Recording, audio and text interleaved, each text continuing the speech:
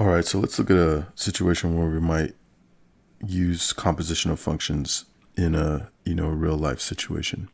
And so here we have the number of bacteria n in a refrigerated food given by this function, right? So n is the number of bacteria, and then we have this function n of t, where we have 20t squared minus 80t plus 500. Definitely note that this is capital T, because in a minute we're going to see lowercase t. So capital T, it tells us, is temperature of the food in degrees Celsius. Okay, so let me just stop there for a second.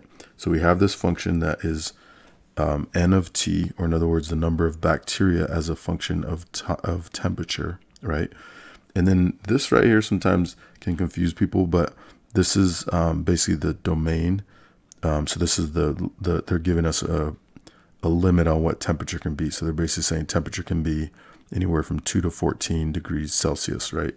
Because those are units. And so apparently in this particular refrigerator or this situation, the temperature doesn't go lower than 2 and it doesn't go higher than 14 in terms of degrees Celsius, okay? All right, so that's what this is, our temperature, or our bacteria function as a function of temperature, okay? Then we have, it says when food is removed from refrigeration, the temperature of the food is given by, and so here we have this new situation where we have temperature as a function of lowercase t, right? Which they tell us is time, right? Where time is t in hours. So we have this function of temperature in terms of the number of hours, right? And then they tell us that hours are from 0 to 3, right? So we're just talking about the next 3 hours of after it's removed from refrigeration, okay?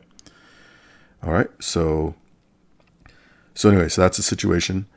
And in the first part, it says find the composition of n of t, capital T, of lowercase t, right? So again, like for me, I like writing it like this: capital N of t of t, right? So I can see, okay, this is my outer function, right? And then I'm inputting this t of t function inside of here, right? So remember, that means the same thing as what we just saw here. They mean the same thing, but to me that just makes a little more sense, kind of resonates with me a little bit better. All right, so again, what we're going to do is we're going to take the outer function, n, this function here, and I'm just going to rewrite it. But what I'm going to do is I'm going to leave space where all of those variables are.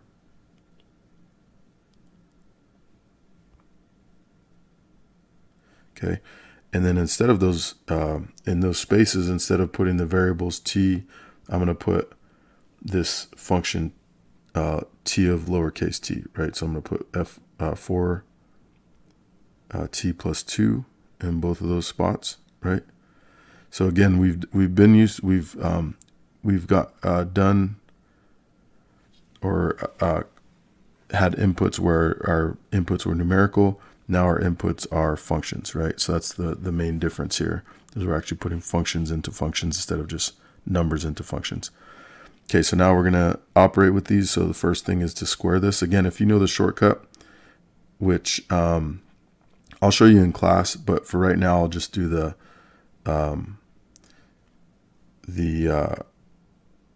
not necessarily the long way, but the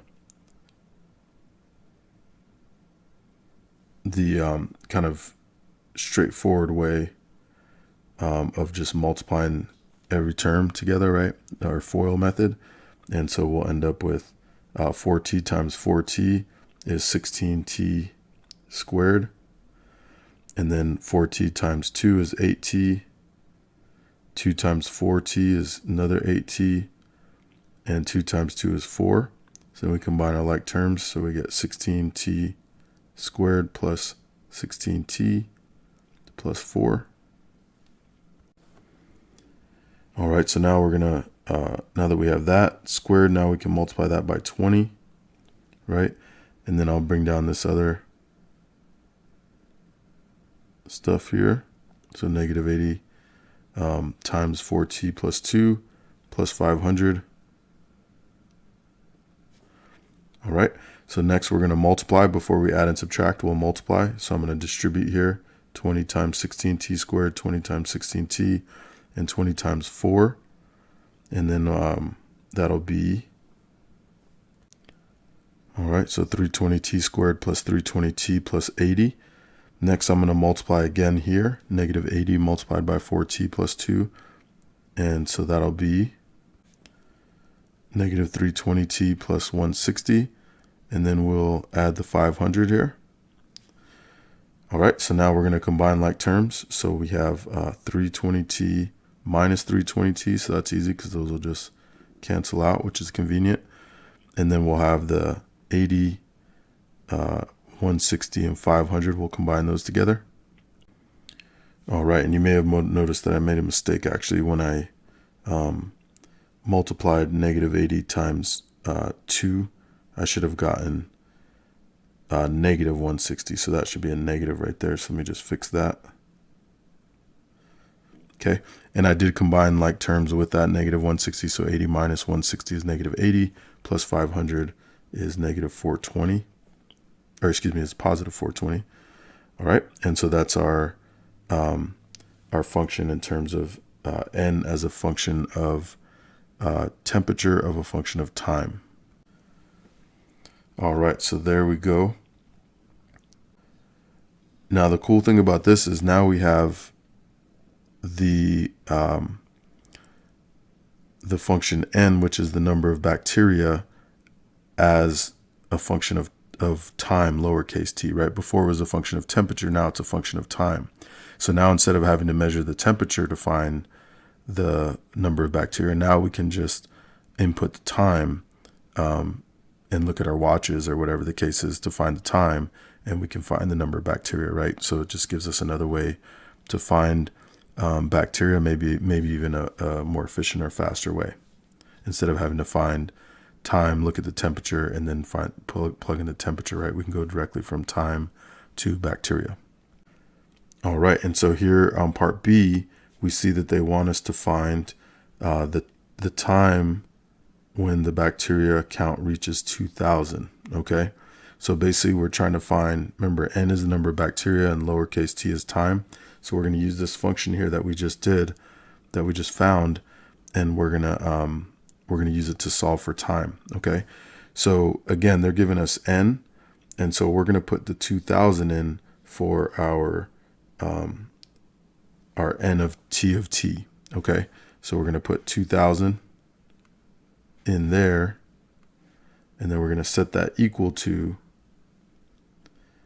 320 t squared plus 420. All right, so I had to give myself a little more space here. So now we're just going to operate. So we're going to subtract 420 from both sides.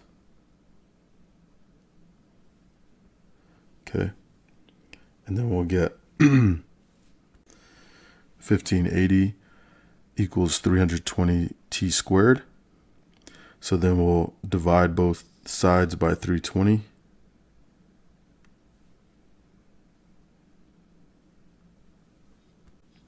So then we get 4.9375. And now we'll take the square root of both sides. Okay, and we talked about this in class the other day, but remember that we want to have a plus minus when we take the square root of both sides in an equation. So let's make sure to include that. Let me just separate these parts, okay?